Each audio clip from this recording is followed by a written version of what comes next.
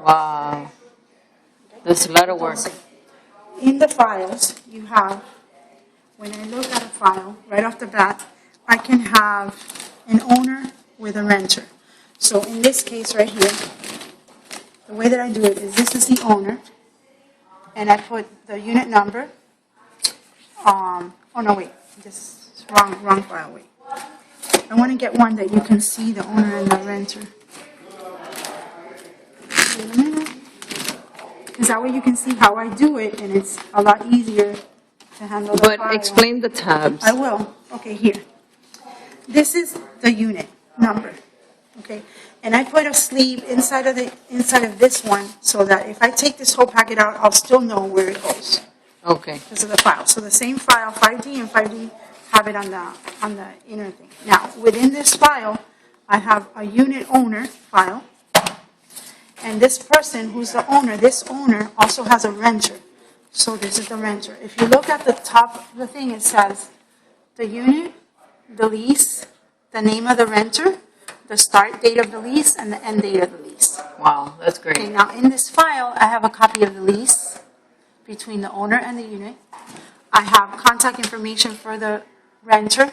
I have how much they're paying and their background check. Nice. In this one little packet. So if he ends up leaving and another renter comes in, I will take this whole packet as a unit, pull it out, and I put it in archive. Oh. And so- it already has all the information in the Right. front, so it won't get lost. So I know right off the bat, at the end of the year or whenever it's over, that this whole file can be archived. Good. Okay, now- And then that's the owner's The information. owner's information is usually tabbed. Like they'll have when they actually made the contract is usually tabbed. Oh, okay. If they did a closing and they're the owners, I have to have a copy of the deed and a copy of the settlement statement, which is the financials of the property. Then I always look in public records and I pull a copy of who the original owner is. So this is the public record sheet. Oh, okay. So right there off the bat, I'll have the name of the owner That's and the appraiser, correct, the appraiser office. yeah, and the correct mailing address of that owner that's on file with the city. Okay. So if by any chance they give me the wrong address and I can't locate them, I'll first send a letter to the property, to directly for the official mailing address on record for the state.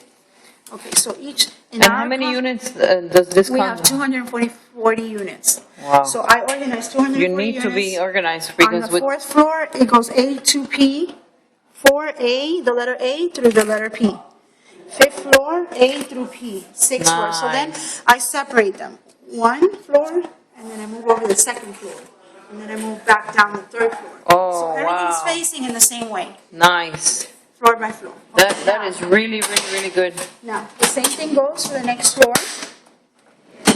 And I like colors, so you can see a lot of it is pastel colors. And the same thing goes with the next floor. Wow. And now I shift. How many floors? I shift to the next floor, I go all the way up to the penthouse. This goes up here. And there's no more down I'll show in you this one? that. I'll show you later what I have down there. Oh, okay. And then it shifts up here. And again, I still have the same 14, system. 15. If a person gets a violation letter or they have an incident report, it's a red flag on their file. Oh, wow, that one has a lot of red flags. Thank you. What happened? If it doesn't, They're bad tenants? I can't go into that, but incident report with securities or whatever, I red flag it. Okay. Because if I have to go back into the file, I'll know right away. Wow. The other thing is each of these files is done by dates. When they first bought the properties in the back, and it goes in sequence going forward Okay. with the most recent The recent on information the in top. file. Okay. And always the property appraiser's office sheet on the top. That's Oh. how I do it. That's good. That's That was really my- good. this And is what my are the system. other colors like blue tabs, Well, I yellow put- tabs, No, the yellow tabs? red tabs are usually the property, the deed or the warranty deed. Yellow tabs is the beach locker, if they have a beach locker, if they have a car. Oh. Different things, you tab it however you want. Okay, okay. But basically they're tabbed so that you can get to it right away if they ask you. Again, it finishes off with the penthouse, which is here. So now I just got all my properties. Now, Wow. if they have a deposit, I put it in the front. And the reason I attach it like this is if the person gives me a check, and I have to have it on file, if they come to pick it up, they're gonna have to sign for it. Oh, I like that. But I form. gave it to them. They sign for it, and then I give it back to them. And I keep That's the a really signature in it. good form to Yeah, have, because- so I because can it- sign. And I made it myself. Not, yeah, I bet. Okay, now. Great. The third drawer that I have here is I keep on file the current year, the year that we're living in. On the third file, I keep last year's information. Okay, the So- year before. The year before, so that's 2013 because we're in 2014. So in here I have, And then from there it goes to archives? yes, Sure. there you go. Okay. Security reports, rover reports, security reports, you know, work orders, anything that was from last year because I want to keep it current here. Annual meeting. There, okay. Now the way that I have this set up now is our contractor vendor files. Any contractor that we deal with, any vendor that we deal with, I put in the last year. And this is this current year and the other one is No, last? this is all the current year. Oh my God, that's a Contractors lot files. of vendors. Contractors' files go from A to Z. And now, once I have it in A to Z, Wow. By name of the company or? well, that's me. Everybody does it different. I do it, but I put the name of the company on the left side, A to B on the right side, because now I can find them quickly. Mm-hmm. So if you're looking for,